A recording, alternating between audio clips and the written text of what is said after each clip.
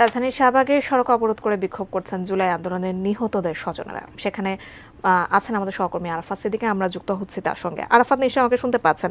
সেখানে 6 দফা দাবির প্রেক্ষিতে আসলে নিহতদের স্বজনেরা বিক্ষোভ করছেন। আপনার মাধ্যমে সেখানকার অবস্থা জানতে চাই। এবং এখানে সকাল থেকেই যারা জুলাই গণঅভ্যুত্থানে যারা শহীদ হয়েছেন তাদের যে পরিবারগুলো, প্রায় শতাধিক পরিবার, তারা রাস্তা অবরোধ করেছেন, চারপাশের রাস্তায় অবরোধ করে রেখেছেন। তারা একটি লিফলেট দিয়েছেন গণমাধ্যম কর্মীদের। সেখানে তাদের যে দাবিগুলো, সেই দাবিগুলো তারা জানিয়েছেন। তাদের প্রধান দাবি যে প্রতিটি হত্যার বিচারের জন্য দ্রুত আসামিদের 10 দিনের মধ্যে তারা গ্রেপ্তার করার দাবি জানিয়েছেন। এবং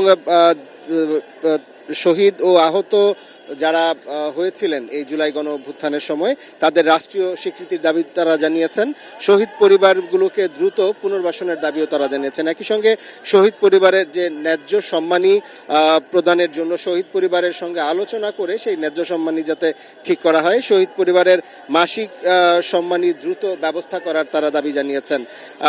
একই তাদের সর্বশেষ যে দাবিটি সেটি হচ্ছে যে শহীদদের বীরের মর্যাদা দিতে হবে।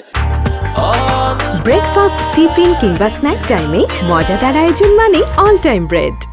একই সঙ্গে আমরা তাদের প্রশ্ন করেছিলাম যে জুলাই গণ অভ্যুত্থানের পর এই অন্তর্বর্তীকালীন সরকার গঠন হওয়ার পর তো জুলাই স্মৃতি ফাউন্ডেশন কাজ করছে শহীদ পরিবারগুলো এবং আহতদের জন্য, কিন্তু তাদের দাবি যে তারা এই গত 6 মাসেও তারা, বিশেষ করে শহীদ পরিবারগুলো, তারা কোনো সুরাহা পাননি। তারা বিভিন্ন দ্বারে দ্বারে ঘুরেছেন, উপদেষ্টাদের কাছে গিয়েছেন, তারা সমন্বয়কারীদের কাছে গিয়েছেন, কিন্তু কোথাও তারা কোনো এখন পর্যন্ত তারা কোনো সঠিক বা সদুত্তর পাননি। তারা এখানে মাইকে যে কথাগুলো বলছিলেন, তারা স্লোগান দেওয়ার সময় তারা বলছিলেন যে যতক্ষণ না প্রধান উপদেষ্টা স্বয়ং এখানে এসে তাদের দাবিগুলো না শুনবেন, তাদের আশ্বাস না দিবেন, ততক্ষণ পর্যন্ত তারা এইভাবে এই শাহবাগ যে চত্বর সেটি তারা অবরোধ করে রাখবেন।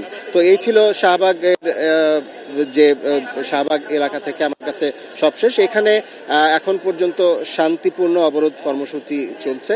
আইন শৃঙ্খলা বাহিনীর সদস্যরাও রয়েছেন, সেই সঙ্গে শহীদ পরিবারের সদস্যরাও তারা শান্তিপূর্ণভাবেই তাদের যে অবরোধ সেটি চালিয়ে যাচ্ছেন। তো এই ছিল আমার কাছে শাহবাগ থেকে সবশেষ।